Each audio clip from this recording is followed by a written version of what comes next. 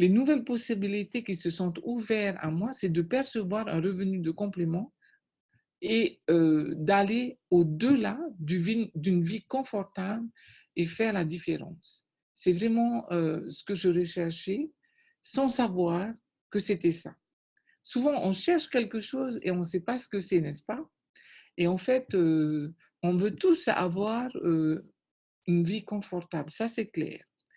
Et en fait, on a un style de vie qui a déjà été façonné depuis qu'on est petit. Vous avez remarqué que quand on est petit, on nous dit ah, il faut aller à l'école. Et je ne dis pas qu'il ne faut pas aller à l'école. Je dis simplement que de 0 à 25 ans, beaucoup de gens vont faire leurs études.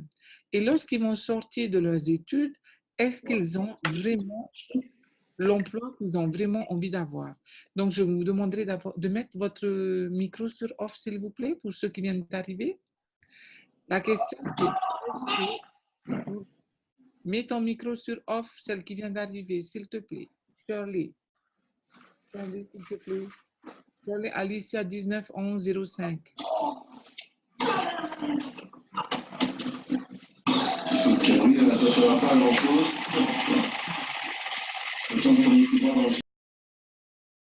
Merci beaucoup. OK.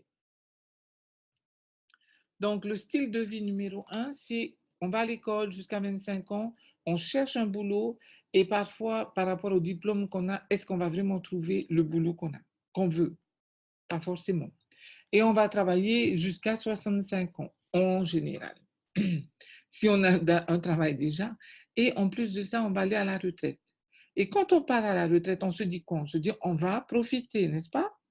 Et regardez autour de vous les personnes qui profitent en partant à la retraite. Est-ce qu'ils profitent vraiment? Est-ce que les gens profitent vraiment?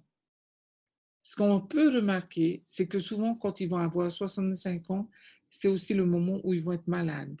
C'est aussi le moment où ils n'ont pas forcément de l'argent pour pouvoir voyager, pour aller au restaurant qu'ils ont envie, n'est-ce pas? Donc ça, c'est le style de vie numéro 1 qu'on a toujours appris. Maintenant, si c'était possible d'avoir une autre façon de vivre, toujours basé sur, bien sûr, les connaissances qu'on a, c'est-à-dire le style de vie, c'est d'abord d'apprendre les bases. Ouais. Ensuite, d'utiliser ses capacités à travailler durement. Et enfin, de réfléchir comment est-ce qu'on peut profiter le reste de notre vie en travaillant de manière intelligente. Okay? Et c'est de ça qu'on va parler ce soir. C'est vraiment cette nouvelle façon de travailler qui va nous permettre d'avoir et du temps et de l'argent. Et d'ailleurs, il y a un livre que j'ai lu qui s'appelle Père riche, Père pauvre, qui m'a vraiment interpellée. Et ce livre-là, je l'ai lu il y a maintenant 10 ans, qui s'appelle donc Père riche, Père pauvre, de Robert Kiyosaki. Dans ce livre, on explique d'où vient l'argent. Il y a 4 façons de gagner de l'argent. La première façon, c'est celle qu'on connaît tous, c'est en tant qu'employé. En tant qu'employé, on échange du temps contre de l'argent. Si on travaille 1 heure, eh bien, on est payé 1 heure en général. Si on travaille 2 heures, on est payé 2 heures. Et si un jour, on ne va pas travailler, est-ce qu'on est payé? Non, on n'est pas payé. En fait, il y a une deuxième façon de travailler, c'est en étant travailleur autonome. Est-ce que vous avez déjà pensé avoir une roulotte? Qui c'est qui a déjà pensé avoir une roulotte? Est-ce que vous pouvez trouver votre main? Ok, super, d'accord. Donc, comment ça se passe pour les gens qui ont des roulottes? Est-ce qu'ils ne travaillent pas beaucoup? En général, plus que leurs employés. Ils sont obligés de préparer leur roulotte avant dans la journée et le soir, ils peuvent terminer très tard parce qu'ils attendent le dernier client. Et les jours où ils vont travailler le plus, c'est quels jours? Ce sont les week-ends. Ce sont les jours où les gens n'ont pas envie de travailler. OK? Donc ça, c'est travailleur autonome. Robert Kiyosaki a identifié un autre cadran de l'argent. Pour la lettre P, ce sont les patrons. Les patrons d'affaires qui, eux, ont déjà une organisation avec plus de 500 personnes. Alors, un exemple, McDonald's. Vous connaissez McDonald's? Oui, tout le monde connaît McDonald's. D'après vous, qui c'est qui gagne le plus? Est-ce que c'est la personne qui est en train de faire les frites? Est-ce que c'est la personne qui manage les gens dans le McDonald's? ou est-ce que c'est le gars qui a inventé, qui a les droits d'auteur sur le McDonald's? Donc, 1, l'employé, 2, le manager, ou 3, celui qui a les droits d'auteur. Donc, c'est le 3. OK? Et qu'est-ce qui a fait qu'il a de l'argent et il y a du temps? C'est parce qu'en fait, il a démultiplié son temps grâce à des franchises qu'il a mis en place dans le monde, comme Bill Gates. Bill Gates, vous connaissez Bill Gates, il a mis en place Internet et aussi Microsoft. Donc, s'il ne va pas travailler, est-ce qu'il devient pauvre? Non. Merci pour les dessins.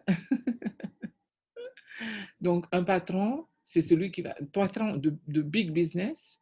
Et ensuite, on a des investisseurs. Vous connaissez des gens qui investissent? Eh bien, si vous avez déjà une maison à louer, vous êtes déjà en train d'investir. Le seul hic, c'est que quand une personne achète une maison, il faut attendre au moins 20 ans pour pouvoir rembourser, n'est-ce pas?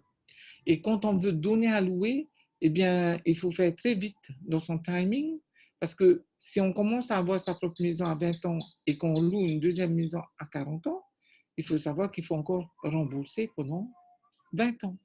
Donc, ce qui veut dire que si vous avez déjà une maison en plus à louer, c'est super. Et si vous n'avez pas d'autres maisons à partir de 60 ans, c'est qu'il y a vraiment un plan B à créer. Robert Kiyosaki dit que les gens qui sont employés ou travailleurs autonomes qui font partie du cadran gauche, il détermine ces gens comme des personnes pauvres parce qu'ils n'ont ni le temps et ni l'argent. Pour les gens qui sont dans le cadran droite, ils sont riches, ils ont et le temps et l'argent. Ce qu'on veut vous apprendre et ce qu'on apprend dans son livre, c'est justement et si c'était possible de passer de ce cadran gauche vers le cadran droit pour avoir et plus de temps et plus d'argent. Mets ton micro sur vibreur, Ivalani. Merci. Alors, Ivalani, mets ton micro sur off, s'il te plaît. Merci. Oui, voilà, ça y est. Voilà, super, génial. Alors, là, vous voyez une planète. Et donc, qu'est-ce que ça représente? En fait, ça représente l'activité d'Internet de par le monde. Et vous avez vu qu'il y a de plus en plus de gens qui utilisent les réseaux sociaux. Sur 7,6 milliards de personnes, de plus en plus de gens sont connectés à travers des réseaux sociaux. Et c'est ce que vous voyez sur la Terre. Vous avez des faisceaux et ce sont les échanges entre personne à personne.